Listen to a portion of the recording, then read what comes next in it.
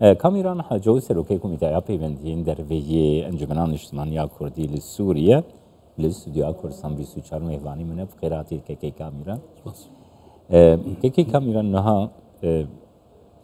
اف دستلاتا وگهیز هنج روجا یکم و بشتی تیک چونا اس دیار کرکو دوی قون آقا وگهیز همو آلیین سوری پیک هاته او دی بشتاریه بکنی گاوین گوتین آویتن حتی نهاویه که نشان نادن اف کمیتیا کنگریان اجتماعی جی پیک هات کرد آلیین دنجی تدنین کرم که بله سپاس وقت قلتي براستي وهاي يعني مخابن اخافتن خوشن لجافين براكتيك اواكي دي وجن لسرفي كوميتي هلوستك فرمية انجمانينا ل وقت ديتنا كيز كارم بيجم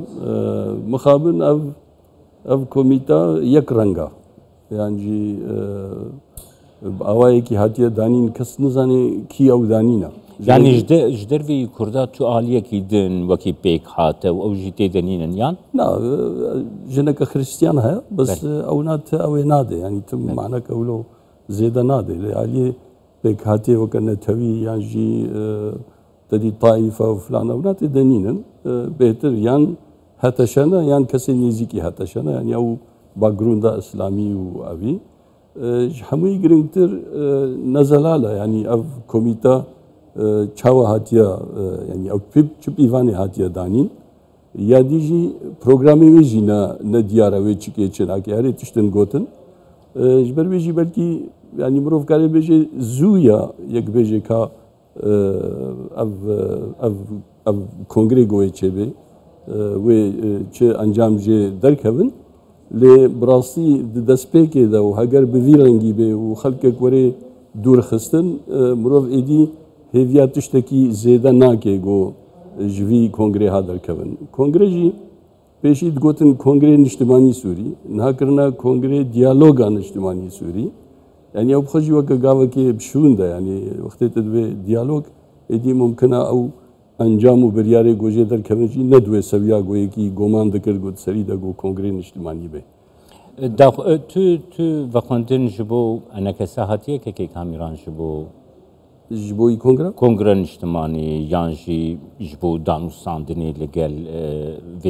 کمیته آمده کار نخیر نویا قل کی تازه یعنی روزه کوي چه بیا و وکم گوتی تا پروگرام وینه دیاره کاغذ وینه دیارن وی کنگی چه بینه دیاره وی کی ایو خوندن ندیاره ابنا همو مخابن نتشتکی نجهد الخوشیه یعنی تشتکی وابکه گره که هر تشته جولو زلال تربن دبیجن امی پارێزگاه بگەرن ئەمێ خەڵکێ ببینن ئەمێ لەسەر عەردێ وەکە دانوستاندنا دبیژن مەها ئاداری دەستپێکا ئاداری دەدێ حکوومەت وەرە ئاواکردن یعنی ئەف حکوومەت دێ ژێ ئالی vê کنگرê vê were yê hilbijartin yani kongreya diyalogan اجتماعî yan jî heteşe vê destnîşan bike ew jî nezelale lê di bahuriyam da وی نولو به یعنی احتمال حکومت اوایی کی دی به البجارتن و اف کنگره دیالوگان اجتماعی آگود بیشن بلکه لسر پرسنا وکا مثلا دستوره هنک او ادرسی یعنی جی اوی چت بجنه دا تشتی سرکه گود دستورا سوری دا پیش روزه بلکه لور ابن زلالی که کامیران یعنی نها مثلا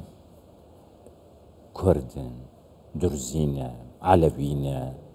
اشترى بيشم يعني ارمنينة تركمنن لويدري يعني مترسيكي درسناكي دلقرانيكي درسناكي كو اف بروسيا وگوهيز باوايكي نه ديمقراطيك بريفه دچه بله متسري دا قلت يعني نممكن مثلا في شويه هنا تبيجي والله از خلقي تبليك وصبي پیش روجا سوريا هركس تيدا خدي ماف به و هركس هف پار به و هركس وكهف به و پاشي تدرد خيت كوميته كي دست نشان دكي كس نزاني بيوانه وچنا و وقتي گودرد كيجي حموج يك رنگينا اف جهه دلگرانيه به گمان لديسا جي ام بيجن كا ام ببيدن پروگرامي اچيا کاغذي واچنا ويكي و خوندن چاوا به و براسي هركس تيدا آماده به ئەونا هەموو هێزوویە مرۆڤ جێرە بێژێ نەها مەسەلا ئەوان دەستنیشان کردە بەردەفکیوان دەبێژێش بۆ کنگریان نیشتمانی هەسەدە نایڤە خوێندن ji ber got hesede hêzeke çekdarê û çek destê wadeye nayneve xwendin. Lê mesela diyar nakê eneke sedê ve ma çek destê eneke sede heye. Ez bahor nakim enekesene wê vexwendin wê bê vexwendin bes wê biçî şeweyê vexwendin wê çendêne vexwendin em ê çine wê derê dengê me çend bin ya qese cî belkî nahqasî yanî ma başa sibehî mumkina hinek nûnerê varê ew ê çekdar hebin di wî kongreyî da. Yani krîter bo hemûwan ne wekî hebe. Ne diyar yani ez nikarim niha tiştekî bêjim got program ne diyar tu nizanî berêvêl ku de tu nizanî wê çi kaxezan wê derê em ê ser axivin heger em çûne wê derê ev ne hemû ne diyarin hemûyî giringtir weke miştere gotî ne diyar e çilo hatine helbijartin û wextê hatine danîn jî hemû jêk rengîn e. Danûstandinên li gel şamêkekê kamîran yanî Kurd wekî yekşan tê biçin? Niha karê me li ser wê ye yanî ji dîtina Cenabê Serok û wextê mezlûm hatî ew dîtî ji hingî û heta niha li ser di tiştê sereka em kar dikin yek jê dîtineke hevbeşiya Kurda hebe yek jî îşandeke hevbeş hebe ew proses diçe yanî di cara mezlûm hatiye dîtin ez texmîn dikim nêzik peye de jî tê dîtin xebatek duyê warî de heye. Proses çawa birêve diçe? Baş e yanî niha mesela sereka dîtina me bi xwe dîtina xwe gihandiye deverê yanî got bêm mûnaqeşe kirin em li hêviyêna bersiv jî bê û paşê em civîneke dî bikin yanî heta niha baş derbas bê tişekî wilo astengê zêde nîn. Yani çerçeveya bi taybetî piştî hevdîtina Serok Barzanî li gel mezlûm Evdê ku li hewlêrê pêk hatî wekî ku peyamên aliyan zêdetir pozîtîv bûne xalên çerçeveya yani berjevendiyên netewî de li Rojavayê Kurdistanê zêdetir derdikevin pêş tu çawa vê prosesê dirist e yanî na pêwîst nake mirov bêje giraniya Cenabê Serok wextê bikevê karekî wilo de bêguman hemû teref êdî bi gelek bêje de bi hesab êdî gavê xwe tavêjin ew dikin û li hevkirinek jî heye got em vê gava got cenabî wî dayî em bihêlin bi serkevê û xelkek êdî ew axaftinê nepêwîst û ew new nekirin heta weke vê derecê ji aliyê me ve gelkî baş e ji aliyê dîva nehewqasî me hinek ew bihîstin ne gelkî xweş bûn me hêviya mû ew tişa derbas bikin yanî proseseke hem zehmet li pêşiya me ye pêşa roja miletê Kurda ne meseleka rêxistiniya yan filan rêxistin serket filan rêxistin ew bû mesela pêşa roja milet e divê ew ê de divê divê dîtina me bûyî rengî bê weke got Cenabê Serok jî kirî yanî. Vekşantina enekese ji îtilâfa niştimaniya opozisyona Sûriyeyekê kamîran girîdayî wê yekê bû ku enekese dixwaze fokusa xwe enerjiya xwe zêdetir di vê proseya yekrêziya Kurdî de xerc bike? Ew ne alîkî wê ye rast e yanî me bi sala em mane li cihekî em li wî cihê jî tiştê got mekarî bûn bikin ji bo miletê xwe me kiriya lê giha qûnaxekê guhertinê radîkal çêbûn êdî Sûriya da em jî gihane wê bawiyê got êdî cihê me li wir dewamiya wê zehmet be yanî û te dît peyre di sê roja piştî me bi xwe jî me got em vedikşin ji îtilafê îtilaf û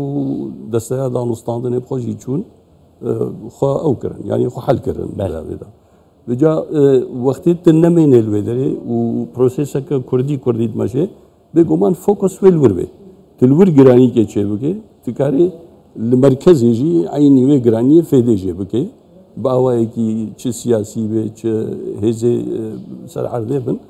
texmîna min Kurd vê fokusa wan havê kiriye vî rengî be. Konferansa Parîsê îro dest pê kir pêşbîniyê te çi ne konferansekî baş e ev ne beşdariya Kurd di konferansê de mesela cenabê te jî mesela mirov dikarî bû çaverê bike ku di vê konferansê de beşdar be. Ev konferans ne ji bo yanî ser asta dewletê got alîkariya Sûriya bikin û dewleta Sûriya jî bi wezîrê derva li wê dereya جبرويجي كس نهات بخوندن وزير درفي فرنسا قوتو بودي كرد بشاريك او وقتك دقوا هنا زاني كونفرنس جديد 23 بله احتمال الويدري ام بجدار بن لأفا في جاري تخمين ما مثلا أريكاريا بجه سوريا أو أريكاريا بجه سوريا أنجح جهة كي فرمي سوري الويدري آماده به هگر كرد آماده بوبانا ويقلق جهدي جي آماده بن نقلق يولو دالي بروتوكول دجازو بكي نقلق راس سپاسیاتتكم که کامیران حاجول استودیوی اگرسان 24 میبانیم قالك سپاس